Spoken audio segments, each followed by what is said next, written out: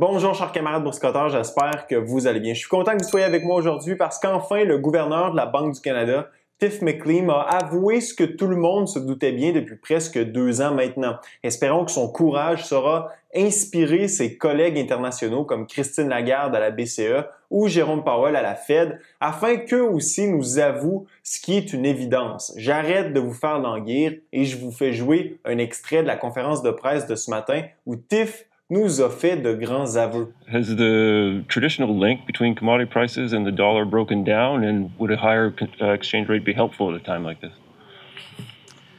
Kevin, well, as you well know, we don't have an inflation target. We don't have an exchange rate target. We have an inflation target.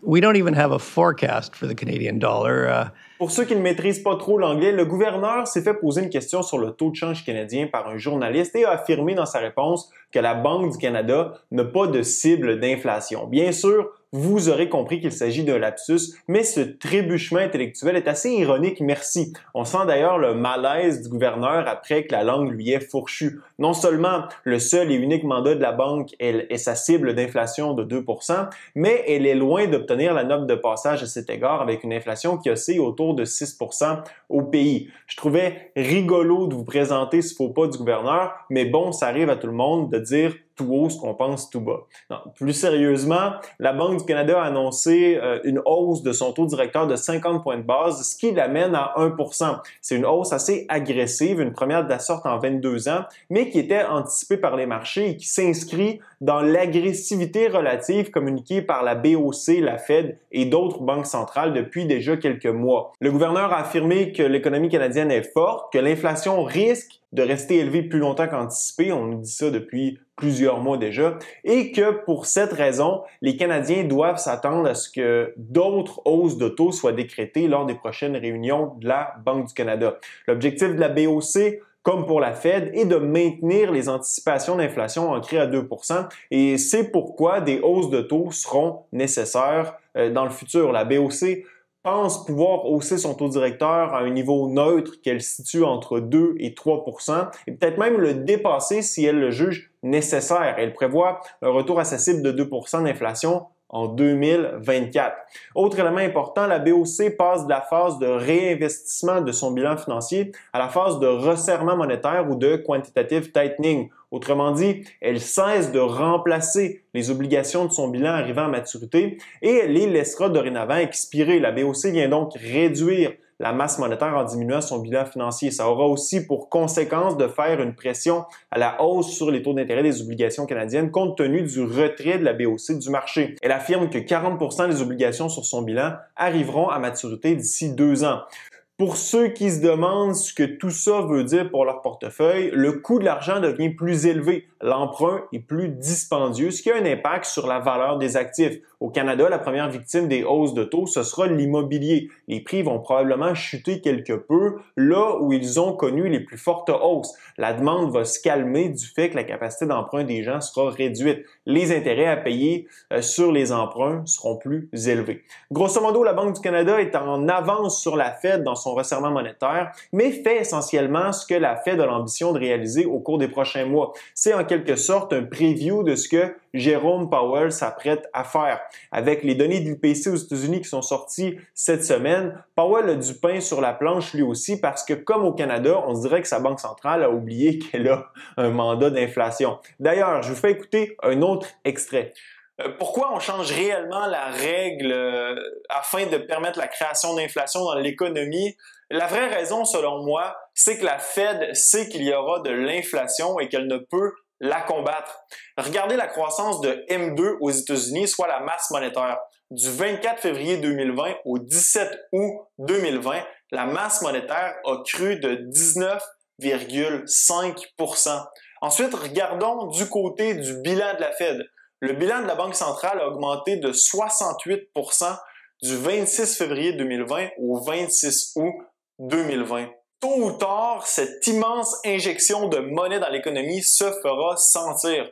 Ce que vous venez d'entendre est tiré de ma vidéo intitulée « L'inflation à nos portes, comment s'y préparer » que j'ai publié le 1er septembre 2020, alors que l'inflation était à 1,3 % sur une base annualisée, soit à son plus bas en 3 ans. J'ai souvent tort, mais l'inflation ou la hausse des prix, devrais-je dire, je l'avais vu venir à des kilomètres de distance, et ce, même si le discours général à l'époque était que nous n'avons pas à nous inquiéter d'un retour de l'inflation. Clairement, j'avais vu juste dans les réelles motivations de la Fed d'ajuster la façon dont elle allait mesurer l'atteinte de sa cible de 2 %. Près de 2 ans plus tard, nous comprenons pourquoi cet ajustement a été fait et nous réalisons aussi l'ampleur de la catastrophe sur l'Américain moyen et dans une plus large mesure sur nous aussi. La hausse des prix mesurés par l'IPC continue de battre des records aux États-Unis avec une hausse enregistrée de 8,5 % en mars sur une base annuelle et de 1,2 % de février à mars. Le tout était en ligne avec les attentes. Tout le monde se doutait bien que les données pour le mois de mars allaient être extrêmement élevées. Sans surprise, ce sont les prix de l'énergie qui ont explosé avec une hausse mensuelle de 18 % pour l'essence. Cependant, les prix de la nourriture, des voitures neuves, des services et du logement continuent aussi de grimper. On peut attribuer une partie de la hausse des prix de l'énergie et de l'IPC à Poutine et ses ambitions impériales en Ukraine, mais de tout rejeter sur la faute à Poutine serait de faire de la surenchère. Les hausses de prix sont largement la conséquence de la politique monétaire accommodante de la Fed, ayant permis au Congrès d'injecter des trillions dans l'économie américaine alors que celle-ci était sous respirateur artificiel du fait de restrictions sanitaires imposées par ces mêmes politiciens. La tendance précédant le conflit en Ukraine ne ment pas à cet égard. Certains ont aussi vu comme un signe positif que l'inflation de base soit en baisse sur une base mensuelle. La valeur de 0,3 % est la plus faible obtenue depuis septembre 2021. Maintenant, deux questions se posent. Est-ce qu'on a atteint le fameux point d'inflexion et est-ce que ça change quelque chose du côté de la Fed? D'abord, pour ce qui est du point d'inflexion, c'est probable qu'on l'ait atteint, mais compte tenu des circonstances actuelles, on ne peut en être certain. Des rebondissements inattendus dans le conflit ukrainien pourraient faire rebondir les prix de l'énergie et des marchandises en moins de 2. Un autre élément qui a le potentiel de créer un nouveau choc du côté de l'offre, c'est la situation sanitaire en Chine. Le confinement à Shanghai imposé dans le cadre de la politique de gestion COVID-0 du Parti communiste chinois est tout à fait horrible. Les Chinois sont enfermés dans leur appartement depuis des semaines. Ils ne peuvent même pas sortir pour une marche ou pour se ravitailler en nourriture. Les gens crèvent de faim dans leur appartement. Les gens doivent se soumettre à des rondes interminables de tests de dépistage. Si le test positif, ils sont transportés souvent contre leur gré dans des centres de quarantaine désorganisés et insalubres. La situation est tellement médiocre que le PCC se résout maintenant à bannir des réseaux sociaux les gens qui témoignent de la médiocrité de leurs conditions de vie.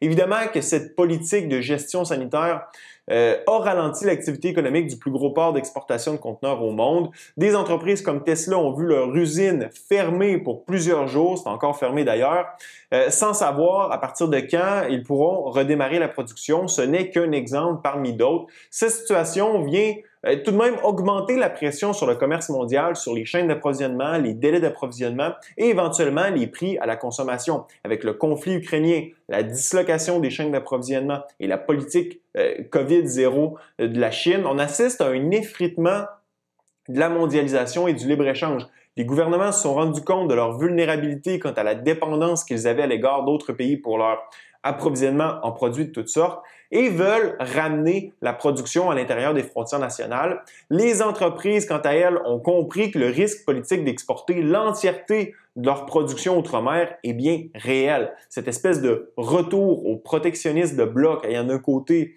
l'Occident et de l'autre la Chine et ses alliés aura un coût économique élevé. Si les années 2000 ont été déflationnistes du fait de l'adoption du libre-échange à l'échelle mondiale, il semble que les années qui s'en viennent seront inflationnistes du fait d'un retour au protectionnisme qui, soyons honnêtes, n'est bénéfique pour personne.